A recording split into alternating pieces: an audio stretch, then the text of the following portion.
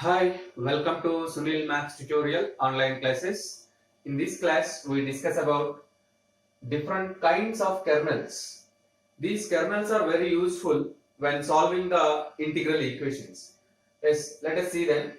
Special kinds of kernels. There are different kinds of kernels: symmetric kernels, separable kernels, iterated kernels, resolvent kernels. These resolvent kernels are also known as reciprocal kernels. Reciprocal kernels. Yes, iterated kernels are also known as iterated functions. Iterated functions. Separable kernels are also known as degenerate kernels. Observe that these four kinds of kernels are very useful to solve the integral equations. I repeat the names: symmetric kernels, separable kernels, iterated kernels, resolvent kernels. Resolvent kernels are also known as reciprocal kernels. Iterated kernels are also known as iterated functions. Separable kernels are also known as degenerate kernels. Symmetric kernels are also known as complex symmetric kernels in case of complex numbers. In case of real numbers, they are known as only symmetric kernels. Observe the definitions of these kernels. The first one is symmetric kernels. First one is symmetric kernels. A kernel k of x comma t is said to be symmetric kernel if k of x comma t is equals to k bar of x comma t. K bar of x comma t. A kernel k of x comma t is said to be symmetric if k of x comma t is equals to k bar of x comma t. Here k bar means conjugate. K bar means conjugate of k. Conjugate of k. In case of real numbers, k of x comma t, in case of real numbers, not k bar of x comma t means here k bar of t comma x. K bar of t comma x. This is known as conjugate of k of x comma t.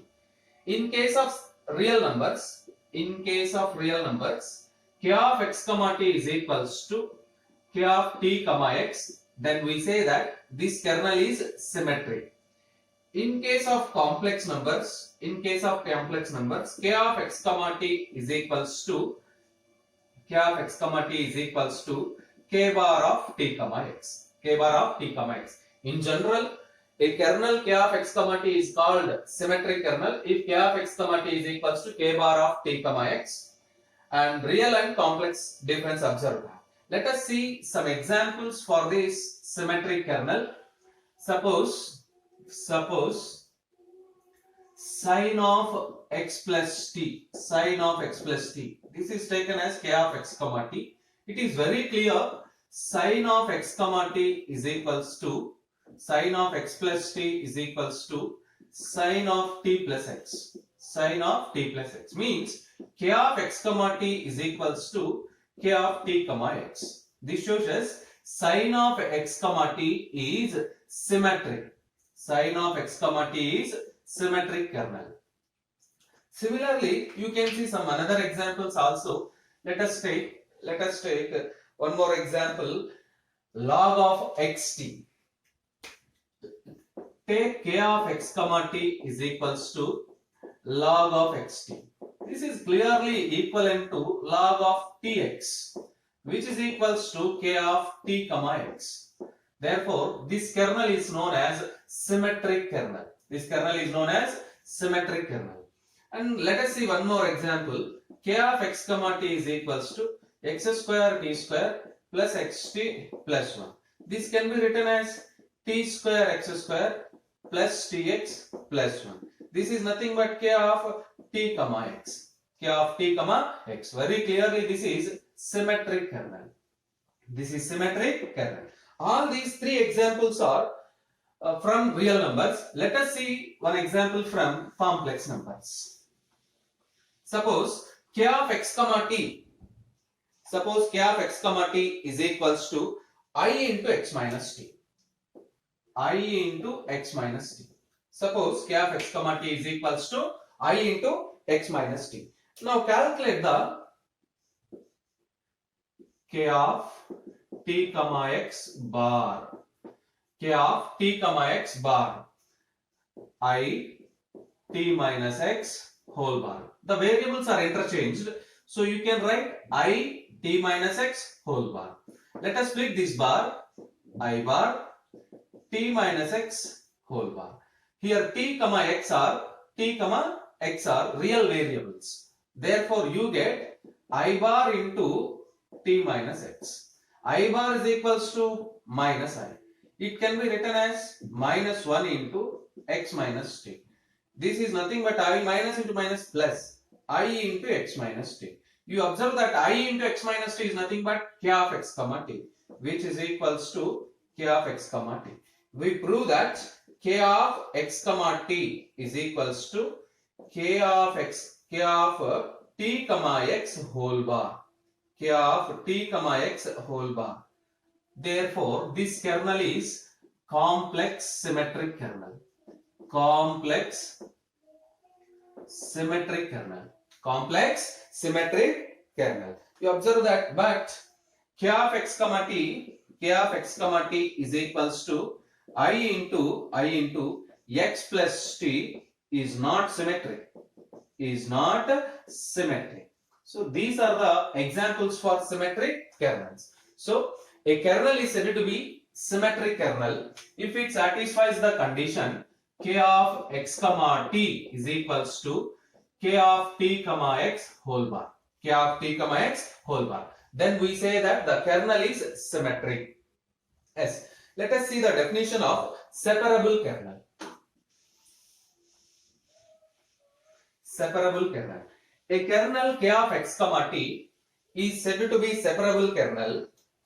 A kernel k of x comma t is said to be separable kernel if it can be written as a sum of finite number of terms. A sum of finite number of terms. Summation over I is equals to 1 to n means sum of finite number of terms. Each term can be expressible as product of two functions. Each term can be expressed as product of two terms. One function is a variable in the variable x and the second function in the variable t. A kernel k of x comma t is said to be separable kernel. It is also known as degenerate kernel. If it can be expressible as a sum of finite number of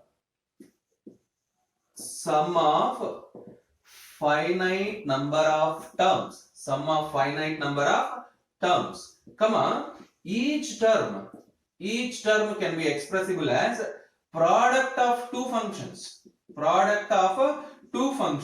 in two different variables. Observe that. I write that k of x comma t is equals to summation I is equals to 1 to n means sum of n terms. Means n is clearly a finite number. And each term can be written as product of two functions, gi of x, hi of t. This is a function in x only. This is a function in t only. So product of two functions in two different variables. Then it is known as separable kernel or degenerate kernel. Next definition. Iterated kernels. Yes, we see the definition of iterated kernels in two cases. In case of Fredholm integral equation and in case of Volterra integral equation of second kind. So let us consider Fredholm integral equation of second kind.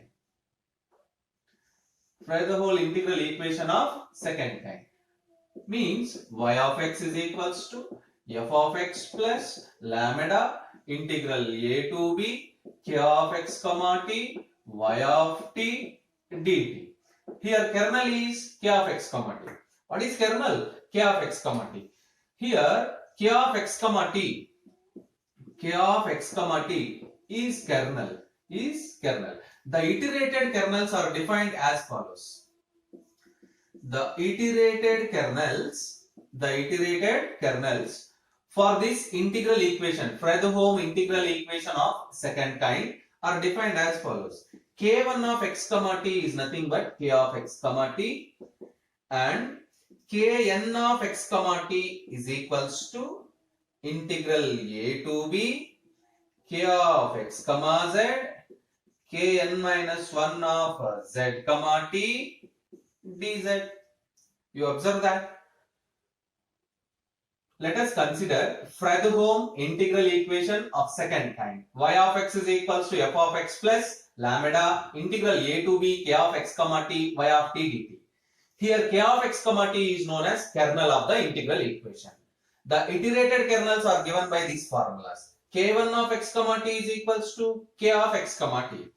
And the next one, Kn of x comma t is equals to integral a to b k of x comma z kn minus 1 of z comma t dz, where n varies from 2, 3 and so on.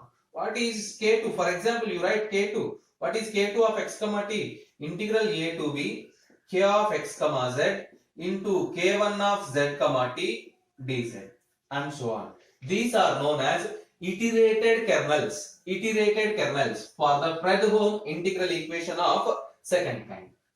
Let us take Volterra integral equation of second kind.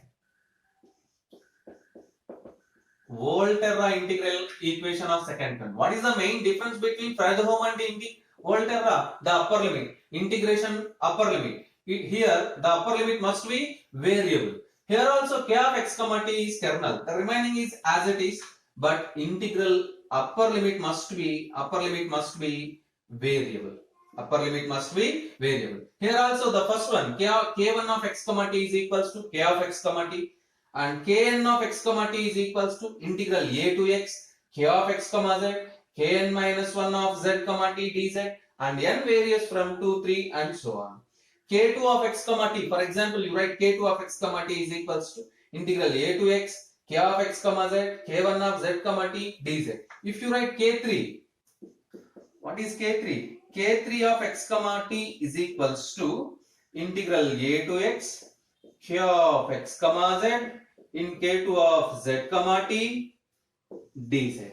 K2 of z comma t dz and so on. These are known as iterated kernels for Volterra integral equation of second kind and Fredholm integral equation of second kind. Let us see the resolvent kernels. The fourth definition, resolvent kernels.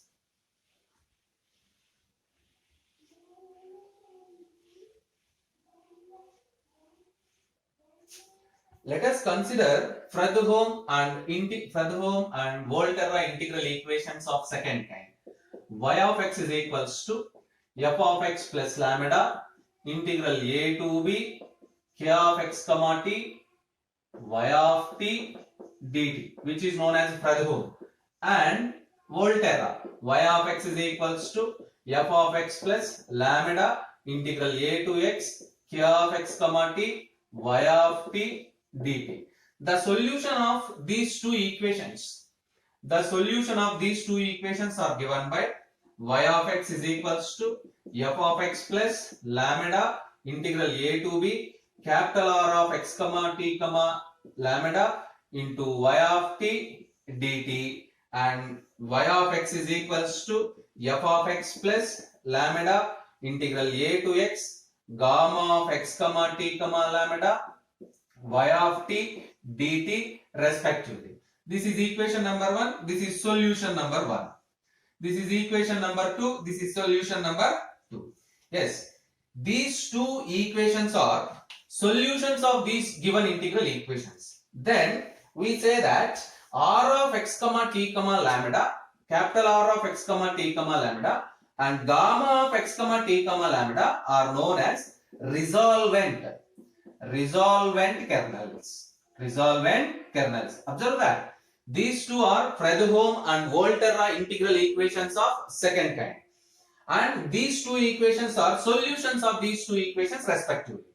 Then r of x comma t comma lambda and gamma of x comma t comma lambda are known as resolvent kernels. In general, capital R of x comma t comma lambda is equals to k of x comma t plus lambda into k1 of x comma t plus lambda square into k2 of x comma t plus and so on. It can be summation, it can be expressible like this: summation over n is equals to 0 to infinity lambda power n into kn plus 1 lambda power n plus 1 into kn plus 1 of x comma t. This is known as resolvent kernel or reciprocal kernel of the integral equations. Observe the definition. We use this summation or this series form very frequently. In the next class, we solve some problems by using these kernels.